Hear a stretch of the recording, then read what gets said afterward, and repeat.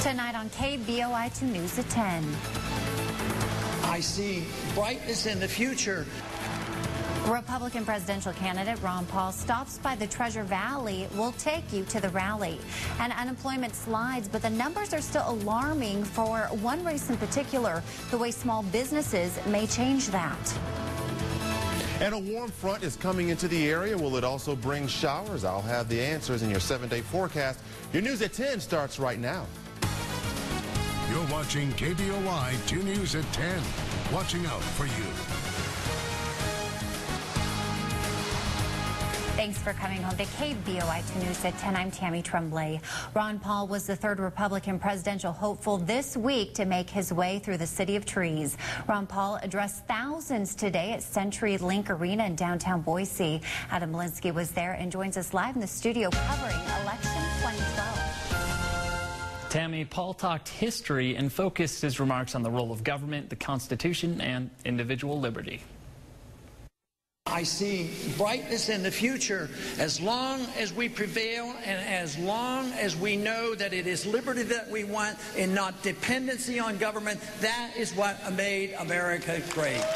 The crowd cheered frequently, occasionally erupting into President Paul chants and standing ovations. What I'm impressed about Ron Paul is his principles. A lot of people criticize him because he's old and he doesn't, have as many votes as, Santorum or Romney, but he marches to his own drum. He's a different kind of candidate. Some supporters are fully on board with Paul's monetary policy ideas, among other things eliminating the Federal Reserve and the 16th Amendment and returning to gold-backed currency. The Federal Reserve is nothing but a hoax. They're just minting money. None of the other candidates speak to that. Ron Paul didn't point fingers at anyone specific, but did criticize the current course of the American government. Nobody in Congress can read those bills and understand them, but most Americans can read the Constitution and understand the Constitution.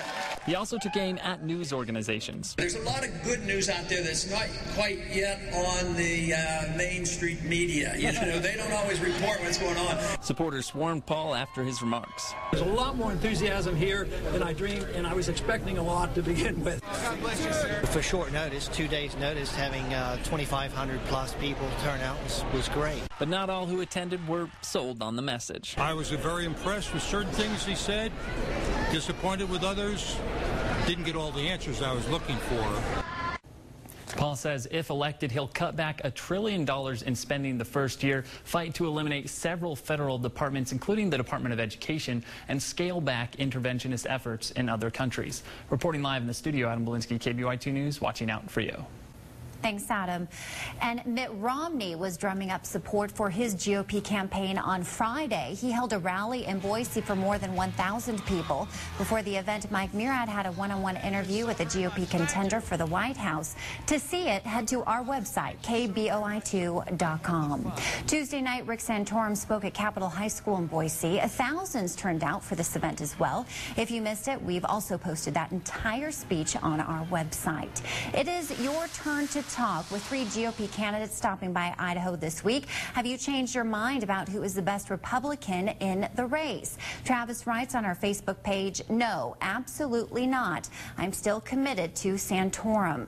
Scott says, thanks for the video feeds. It was cool to watch. He goes on to say, I really like the candidates, but mostly Romney and Paul.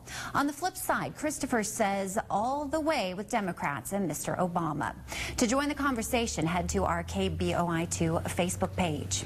Newt Gingrich is the only GOP candidate not coming to Idaho. At least no plans have been announced yet.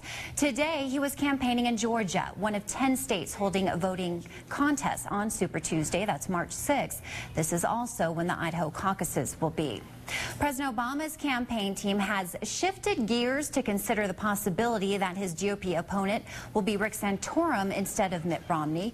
Romney still leads the delegate race, but after capturing caucuses in Minnesota, Colorado, and a non-binding primary in Missouri, Santorum has enjoyed a burst of attention.